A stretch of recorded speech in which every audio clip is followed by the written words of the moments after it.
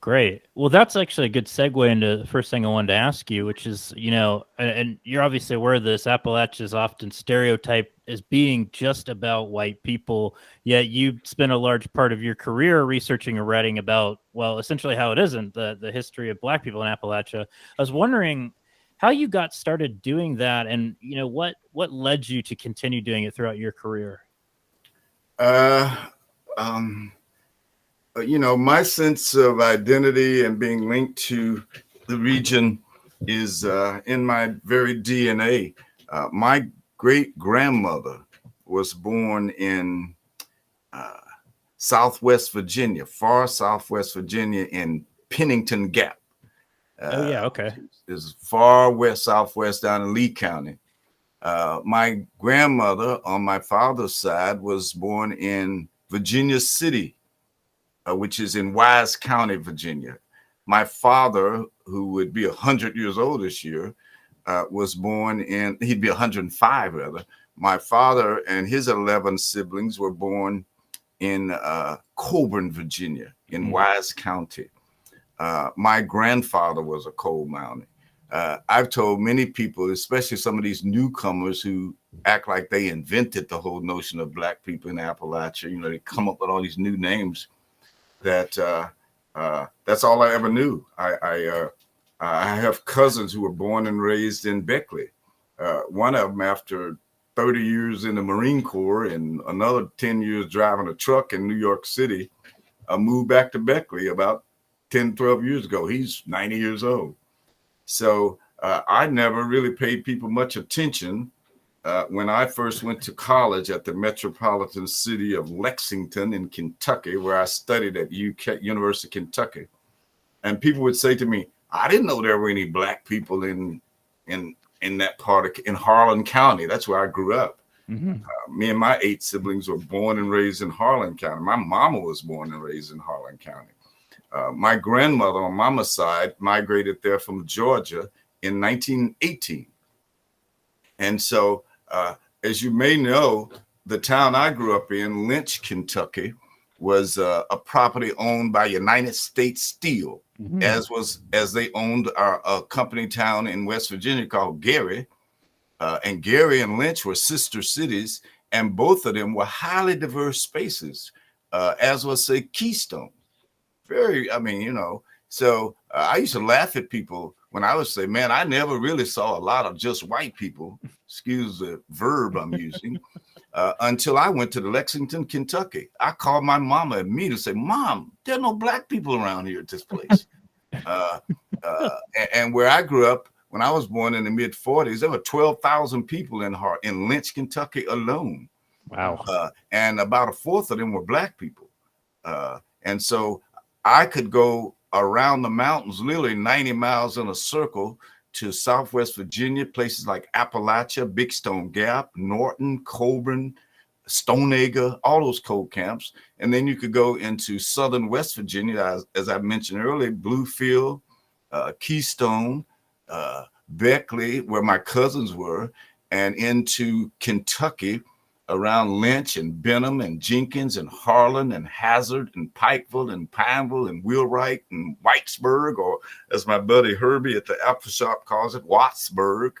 So there were Black people all over those places from the 1900s when they first started importing Black people literally from Alabama primarily. And they came into West Virginia. 90% of the Black people in West Virginia who came there between 1900 and 1940 came out of Central Alabama. They came from Birmingham. Joe Trotter has written about that and all that great work he's done over the years. So I never knew what the word minority meant until I moved out of Lynch. Yeah. That's super interesting. Why do you think that people weren't aware of that, like when you went to Lexington? And I think it still exists today that people aren't aware of such a humongous Black history in Appalachia. Well, I think the unawareness about the presence of Blacks in Appalachia.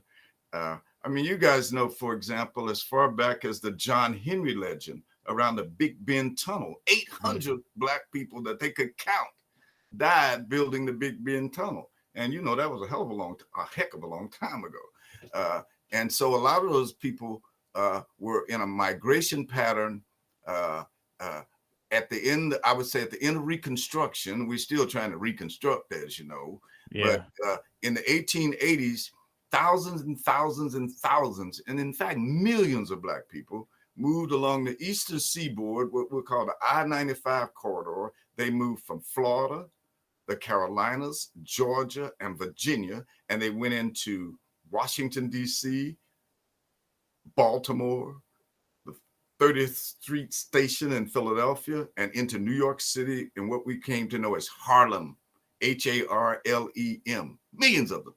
And this was done at the same time that Black people were moving from the rural South, where my grandparents on my mama's side had been sharecroppers in Alabama and Georgia, and they heard about the jobs. They didn't hear about them. U.S. Steel went to Alabama to recruit them because U.S. Steel already had a major presence in some of its first coal riches by hiring convict laborers in Alabama, in Jefferson County, specifically Birmingham.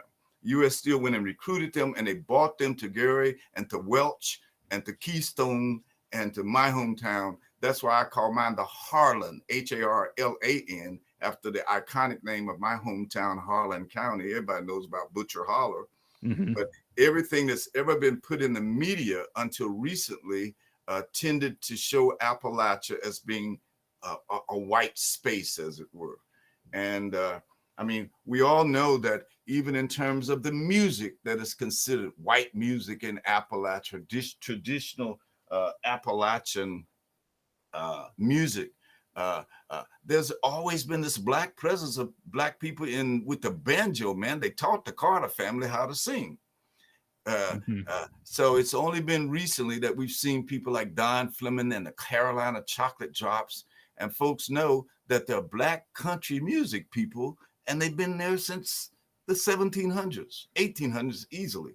And so it's just a matter of the way the media put us all in little check boxes, and the presence of Blacks even early on in the 1500s, before people were enslaved at Port O'Connor, where the first slaves came in 1619. There have been Black people who traveled into the Appalachian region with the Spanish conquistadors into what we call the Appalachian portion of North Carolina.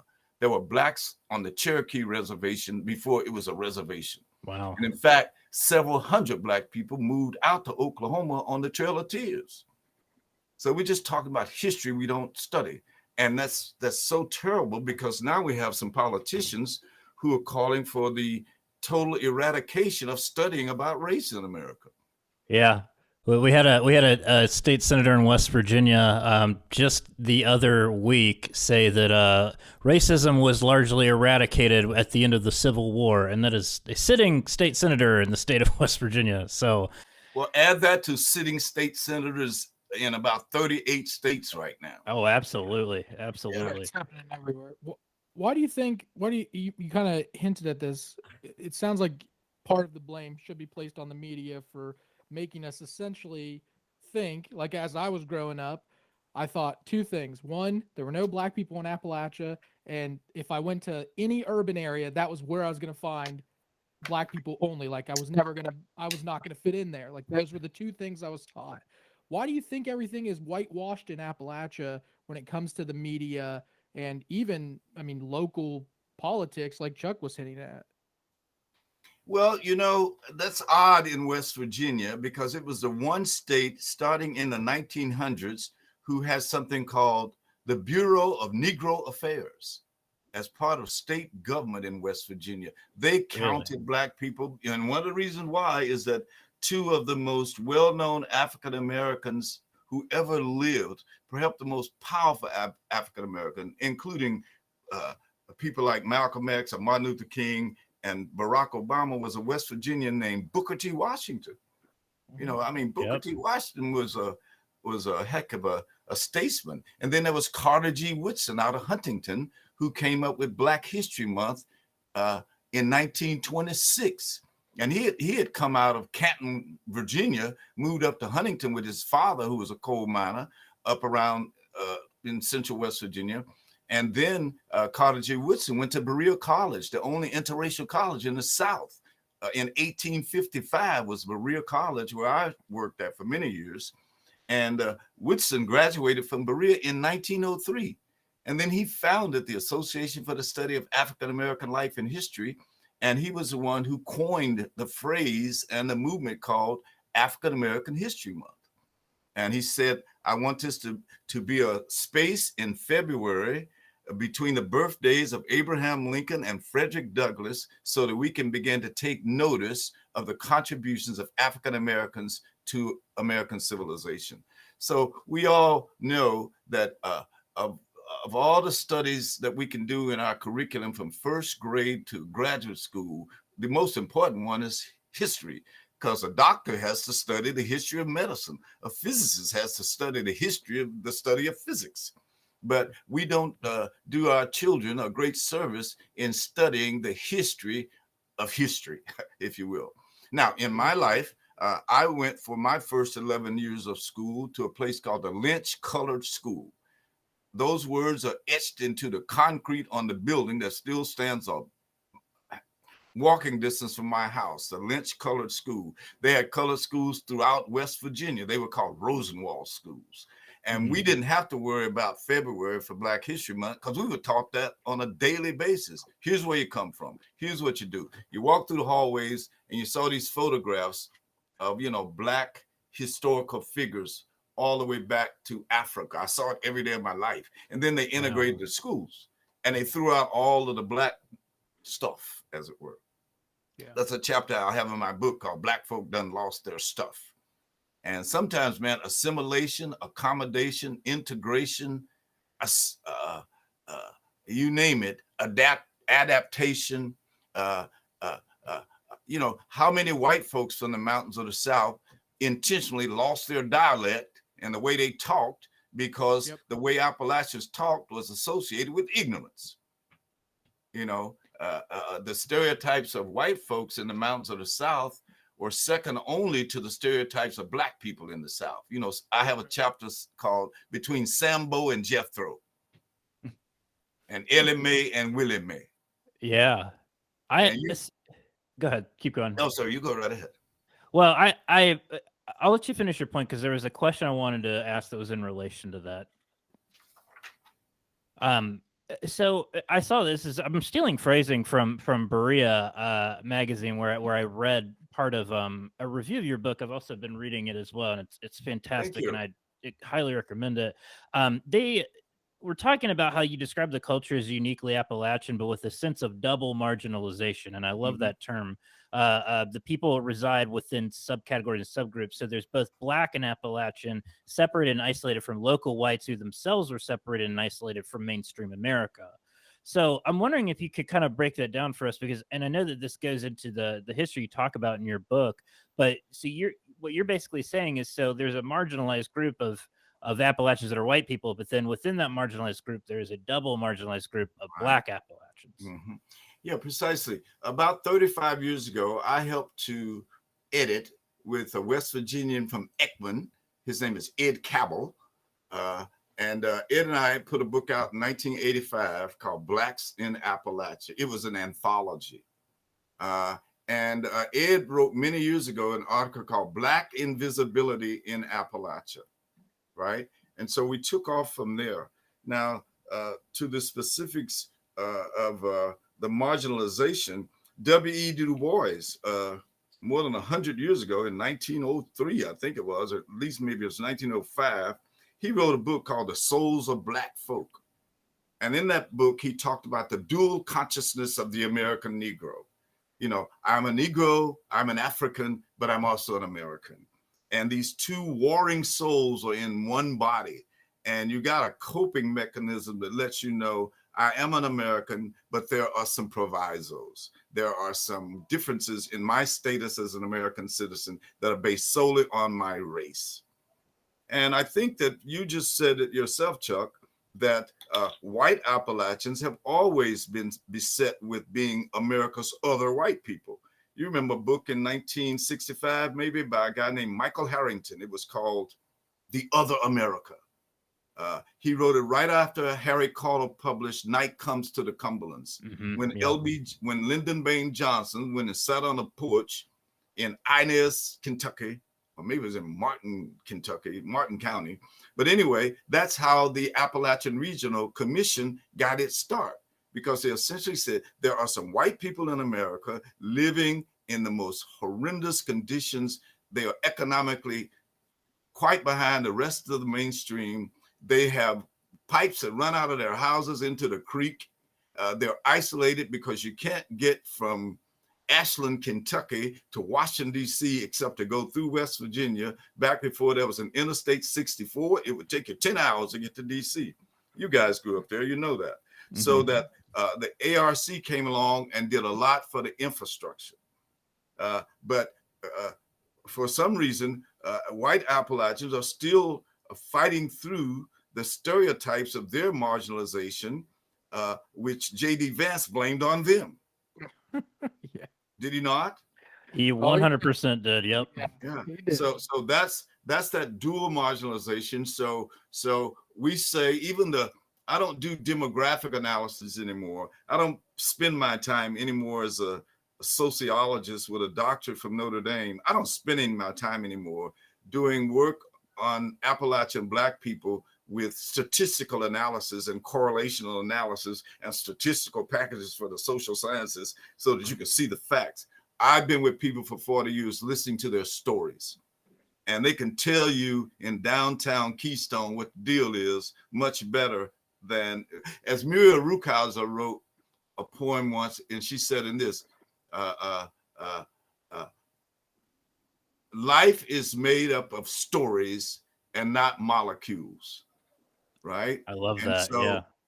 I tried to get into the molecular social structure of Appalachia through the eyes of the folk that I grew up with. And I did a lot of oral histories. It took me 30 years to write that book you have in your hand. 30 years, because I kept saying, how do I write this? I know how to write articles to get tenure at a college. I know what these guys want to see, because they want you to be objective, right? And they don't particularly care for what they call quantitative analysis. They like quantitative analysis, numbers and statistics, rather than stories. And obviously what you guys do with your show is let people tell stories. And that's what I try to do with my book. Dr. Turner, you brought up something that Chuck and I have posed to a lot of our listeners, and I don't know if you know this, you probably do. There is a huge debate on the ARC in terms of the map itself. So you studying the region, okay? I mean, how do you see so obviously ARC defines it now as 423 counties, 13 states. For you, do you identify as Appalachia as the ARC definition? Do you identify it as something else based off culture? How do you look at it? Well, yeah, as you know, the ARC is a political entity. And the ARC came about when JFK started the war on poverty, and then he was killed, and Lyndon Baines Johnson picked it up. But when they had debates on the House floor and in the Senate on, well, who's going to get this money to improve infrastructure because at the time that it started, it was Central Appalachia, what I call West Kentucky, West Virginia, Southwest Virginia, and Eastern Kentucky, the coal fields. That's what was Appalachia. That's where people saw the Beverly Hillbillies. That's where people saw Deliverance. That's where people saw Justified. And that's where people saw Hillbilly Elegy, for that matter. Central, Southern West Virginia, Southwest Virginia, Eastern Kentucky. Well, I can imagine that the man sitting in the House of Representatives who had to vote on this new agency said, well, I'll vote on that if you'll give me some of that money. And then the man from New York said, hey, I got 8 counties up here in Southern New York. And the other day a couple of years ago, that there is an Appalachian county. I think it's 44 of them, but there's an Appalachian county on Lake Erie. It's in Mhm. Youngstown, Ohio. Yeah, it is. Yeah. Yeah. Okay. So cut us in and we'll vote for it. I've been working on an article called The Appalachification of Mississippi, because the Yeah. boys in Mississippi, they got some of the Yep. money. There are places in Kentucky that are closer to Louisville and Nashville than they are to Hazard. And they're also, I've been around Berea College a long, long time. Most of its African-American students over the last 50 years have come from Jefferson County, Alabama, i.e. Birmingham. Yep. Those kids get up to Berea and they take them up on the mountain and play banjos on Appalachian Day. And those inner city kids from Birmingham that are black go, what in the world are they talking about? Seriously, man, I don't think you convince very many people from Pittsburgh that they're from Appalachia. It's hard enough to convince someone from Morgantown of that. Yeah. So I understand the ARC. Like I said, I'm going to do their staff for the third Black History Month in the last 20 years, I think it was. I'll speak to them tomorrow. And I've had some good conversations with Gail Manchin, Mrs. Gail Manchin, who is the head of it. And, I'm saying to them, well, some of the counties that are in Appalachia, we all know it's a political map. It's almost like, if you guys know, if you go and look at a map of Africa, the continent of Africa, 54 different countries. Well, there's some of those countries like Nigeria and Niger that are right next door to each other, just as our pictures are on these screens. And where John is Niger, and where I am is Upper Volta. They're the same people. They're the same tribe of people. But if you cross the boxes, you're in another country. Right. Thus it is in Appalachia. Some of the places, I think Roanoke never decided to be in it because they said, we don't want that stigmata. We get nothing. Asheville, North Carolina is a beautiful Appalachian city, but it has some of the most expensive real estate in the United States. And so, yes, it does. Yeah. And as you know, I guess that's what I would say about those political lines that they draw.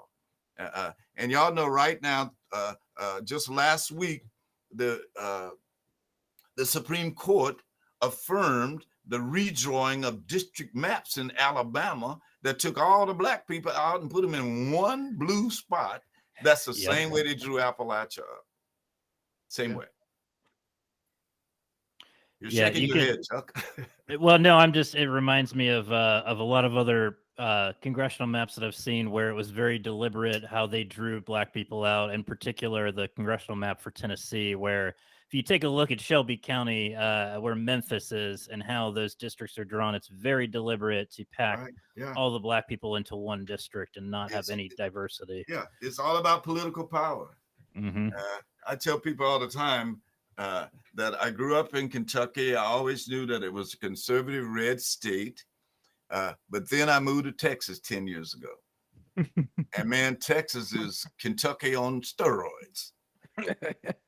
Yeah. Well, and you said you're near Houston, which is the fourth largest city in America. But is it Harris County? I think. Yes, sir. Harris County. Harris County is not exactly like ruby blue or anything. I mean, it's still a pretty like purplish county, right? Even though it's one of the largest in the country. That's right. And in fact, we saw it changing because what they call the inner circle of Houston. I actually live 52 miles from downtown, but it's still Harris County. Okay. My son lives in the city, but when you see the voting outcomes, you see that in the city itself is pretty blue, but all around it, it's red. Just a few weeks ago, this is quite off the subject, but 3 weeks ago, former President Trump came to Harris County and held a fundraiser about 5 miles from my house in a place called the Woodlands, which is one of the most Tony, suburbs around Houston. On the south side of town is a place called Sugarland.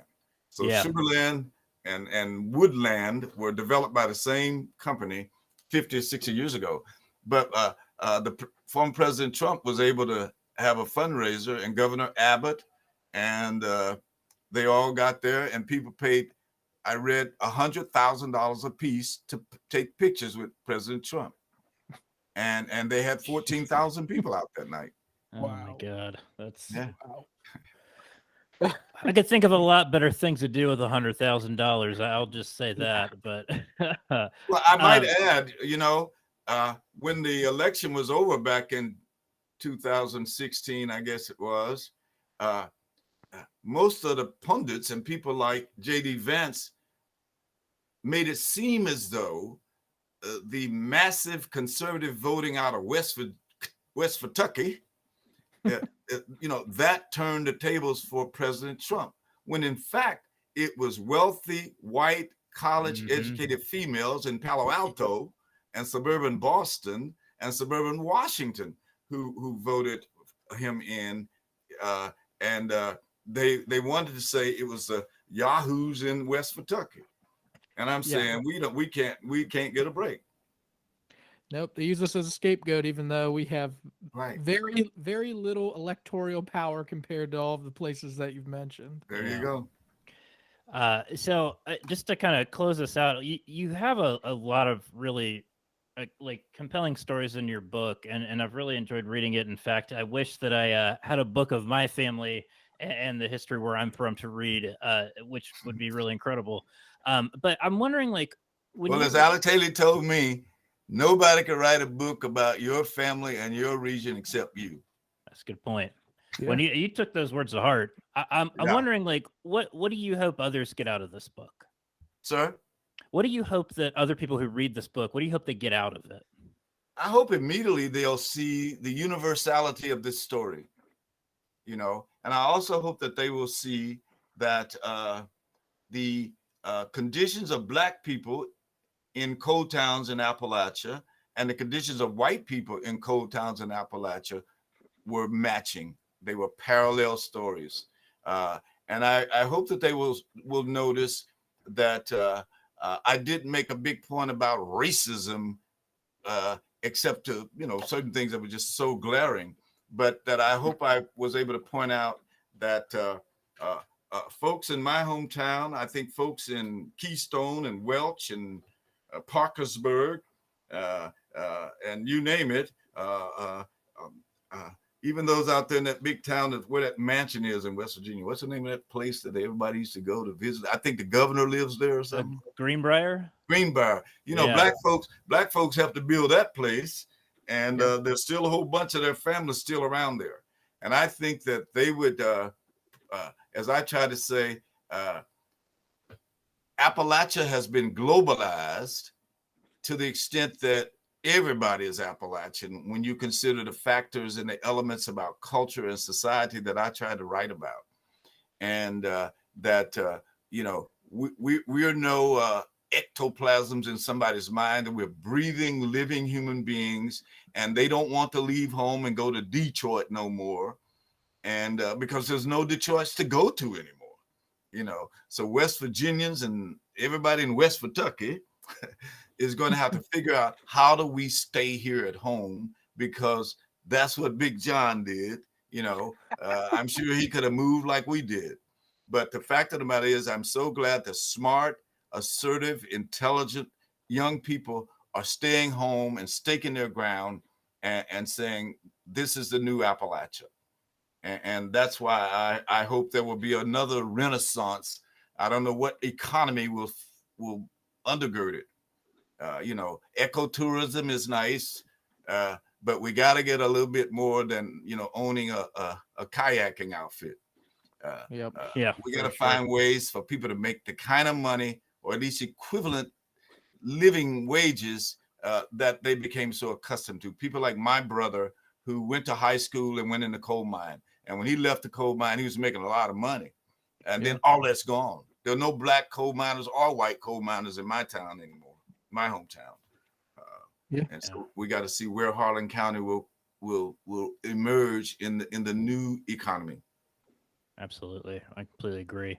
Well, Dr. Turner, thank you so much for joining us. This has been a really, really fascinating, exciting conversation. I've really loved talking to you today, and appreciate you coming on the show. Thank you guys so much for having me, John and Chuck.